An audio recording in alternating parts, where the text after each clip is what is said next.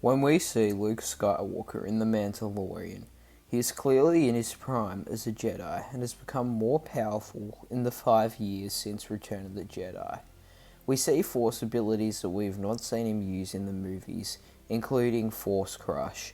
Force Crush is a dark side Force power, but at this point Luke has become so strong with the light side of the Force that he doesn't fear the dark side, so he feels free to tap into these dark side abilities.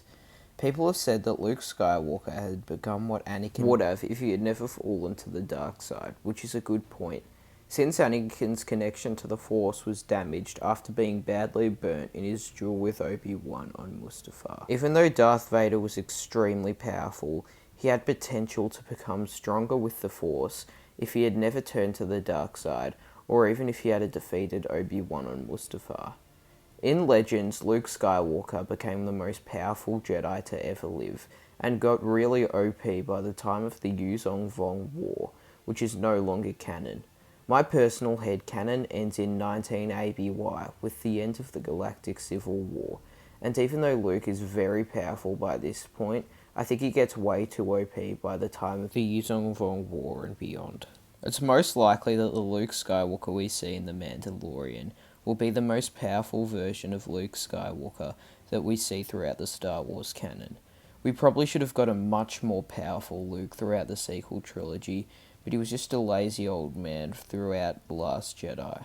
We see him use Force projection, but then he just dies because he's tired.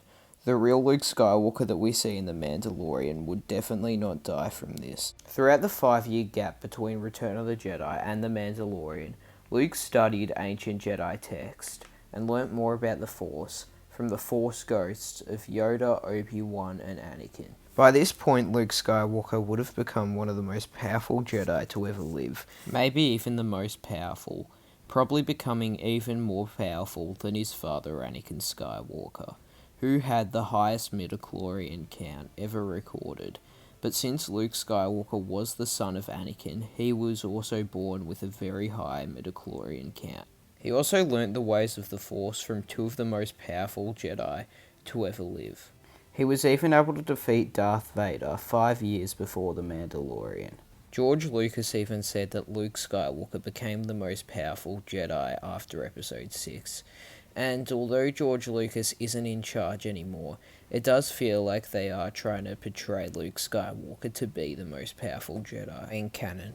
Now, although this isn't confirmed, I think that based off all the information we have, we can say that Luke Skywalker has become the most powerful Jedi to ever live, even becoming more powerful than his father Anakin Skywalker.